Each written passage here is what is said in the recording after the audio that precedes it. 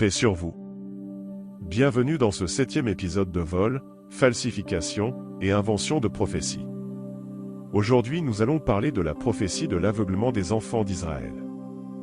Tout commence avec une question que les disciples posent à Jésus. Ils lui demandèrent pourquoi il s'adresse à la foule en parabole. Jésus répondit qu'il n'a pas été donné à la foule de connaître les mystères du royaume des cieux, mais cela a été donné aux disciples. Jésus continue en disant qu'il parle à la foule en parabole parce qu'en voyant ils ne voient point, et qu'en entendant ils n'entendent ni ne comprennent. Selon l'auteur de l'évangile de Matthieu, en ce moment, une prophétie d'Ésaïe serait accomplie, il dit. Et les disciples s'étant approchés, lui dirent, « Pourquoi leur parles-tu en parabole ?» Et, répondant, il leur dit, « Parce qu'il vous a été donné de connaître les mystères du royaume des cieux, mais à eux, cela ne leur a pas été donné. Car à celui qui a, il sera donné, et il aura en abondance, mais pour celui qui n'a pas, cela même qu'il a lui sera ôté. C'est pourquoi je leur parle en parabole, parce qu'en voyant ils ne voient point, et qu'en entendant ils n'entendent ni ne comprennent. Et pour eux s'accomplit la prophétie d'Ésaïe, qui dit, « Vous entendrez de vos oreilles, et vous ne comprendrez point, et en regardant, vous regarderez, et vous ne verrez point. Car le cœur de ce peuple s'est engraissé, et ils ont ouï dur de leurs oreilles, et ils ont fermé leurs yeux, de peur qu'ils ne voient des yeux, et qu'ils n'entendent des oreilles, et qu'ils ne comprennent du cœur, et qu'ils ne se convertissent, et que je ne les guérisse. » L'auteur de l'évangile de Matthieu cite Ésaïe ici. Ouvrons donc ce chapitre et découvrons cette prophétie.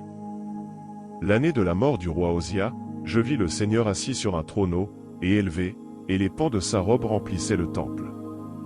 Des séraphins se tenaient au-dessus de lui, ils avaient chacun 6 ailes, de 2 ils se couvraient la face, de 2 ils se couvraient les pieds, et de 2 ils volaient. Et ils criaient l'un à l'autre et disaient, « Saint, Saint, Saint est l'Éternel des armées. Toute la terre est pleine de sa gloire. » Les fondements des seuils étaient ébranlés par la voix de celui qui criait, et la maison se remplit de fumée. Alors je dis, malheur à moi. Je suis perdu. Car je suis un homme aux lèvres souillées, et j'habite au milieu d'un peuple aux lèvres souillées, et mes yeux ont vu le roi, l'Éternel des armées. Mais l'un des séraphins vola vers moi, tenant à la main un charbon ardent, qu'il avait pris sur l'autel avec des pincettes. Il en toucha ma bouche, et dit, voici, ceci a touché tes lèvres, ton iniquité est enlevée, et ton péché est expié. Et j'entendis la voix du Seigneur disant, qui enverrai-je, et qui ira pour nous? Et je dis, me voici, envoie-moi. Et il dit, va, et dis à ce peuple, entendez, et vous ne comprendrez point. Voyez, et vous ne discernerez point. Appesantis le cœur de ce peuple, et rends ses oreilles dures, et bouche-lui les yeux, en sorte qu'il ne voie point de ses yeux et n'entende point de ses oreilles, et ne comprenne point avec son cœur, et qu'il ne se convertisse point et ne soit point guéri. Et je dis, jusqu'à quand, Seigneur?